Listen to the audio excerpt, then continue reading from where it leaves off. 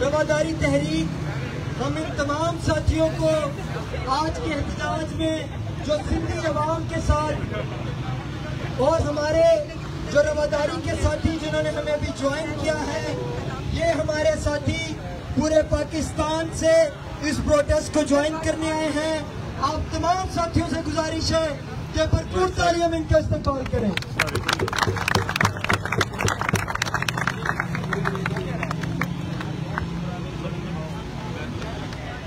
तमाम साथियों का यहाँ आने का बहुत शुक्रिया।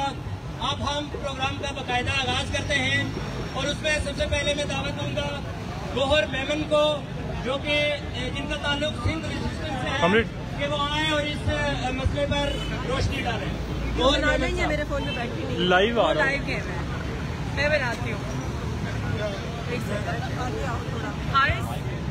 सबसे पहले तो हुकूक खिलत मूवमेंट, औरत मार्च और प्रोग्रेसिव स्टूडेंट्स कलेक्टिव के साथियों का बहुत बहुत शुक्रिया, जिन्होंने सिंधी आवाम के आवाज़ में आवाज़ देके आज यहाँ पंजाब के दारुल हुकूमत लाहौर में उनके हक के लिए आवाज़ बुलंद की है।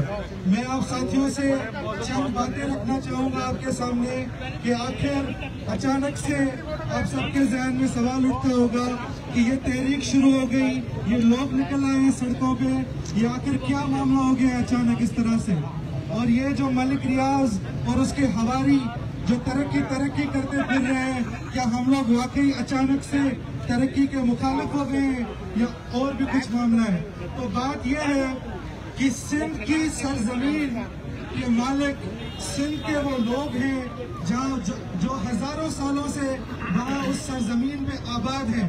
सिंध की जमीन का मालिक न आसिफ अली जरदारी है, न बिलावल भुट्टो जरदारी है, सिंध का कि वो उन्हें जमीन लिख के दे देंगे। हुआ कुछ यूं कि मलीर जिला जो है वो कराची का सबसे बड़ा जिला है, जो जिले हैं 4-5 कराची के, कराची 4-5 जिलों पे मुश्तमिल है।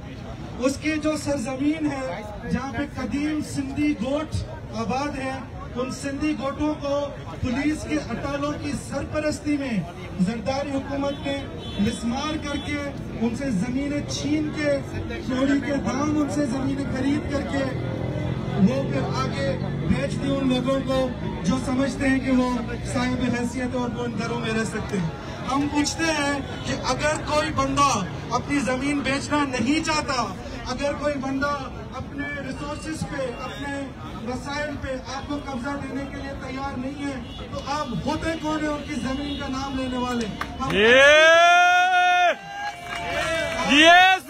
एस्टेब्लिशमेंट जमीन के साथ जो कर रही है वो हम अच्छी तरीके से समझते हैं।